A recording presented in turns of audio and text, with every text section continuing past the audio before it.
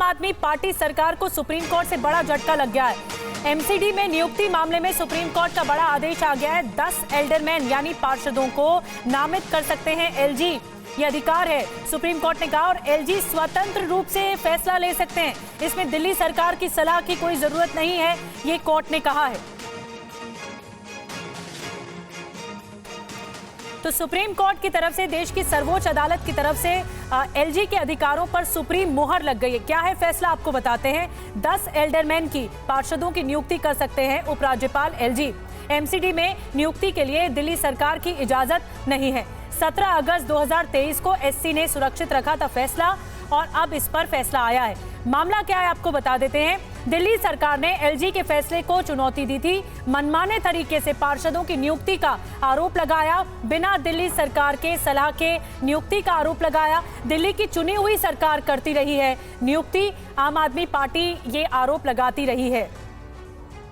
और आपको बता दें कि सुप्रीम कोर्ट के आदेश पर आम आदमी पार्टी के सांसद, राज्यसभा सांसद संजय सिंह ने कहा है कि फैसला लोकतंत्र के खिलाफ है और चुनी हुई सरकार को बाईपास कर एलजी को अधिकार दिया जाना दुर्भाग्यपूर्ण है। ये भारत के लोकतंत्र के लिए एक बहुत बड़ा झटका है, और एक चुनी हुई सरकार को बाईपास करके आप सारे अधिकार एलजी को देते जा रहे हैं कि एलजी अपने डंडे से दिल्ली को चलाएगा। मैं समझता हूं कि ये लोकतंत्र के लिए और भारत के संविधान के लिए ठीक नहीं है।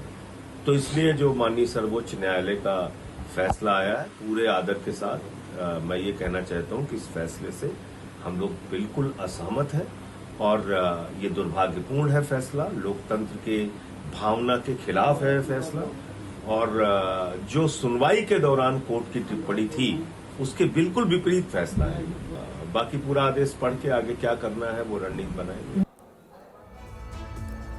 ये पुराना मामला, और पीयूष और ज्यादा तफसील से इस बारे में जानकारी देंगे कि सुप्रीम कोर्ट ने क्या कहा है अपने फैसले में। पीयूष, इस मामले में सुप्रीम कोर्ट ने ये जरूर कहा है कि दिल्ली सरकार की सलाह की जरूरत नहीं है इन मामलों में, और एलजी के पास ये स्वतंत्र अधिकार होगा ऐसा करने का।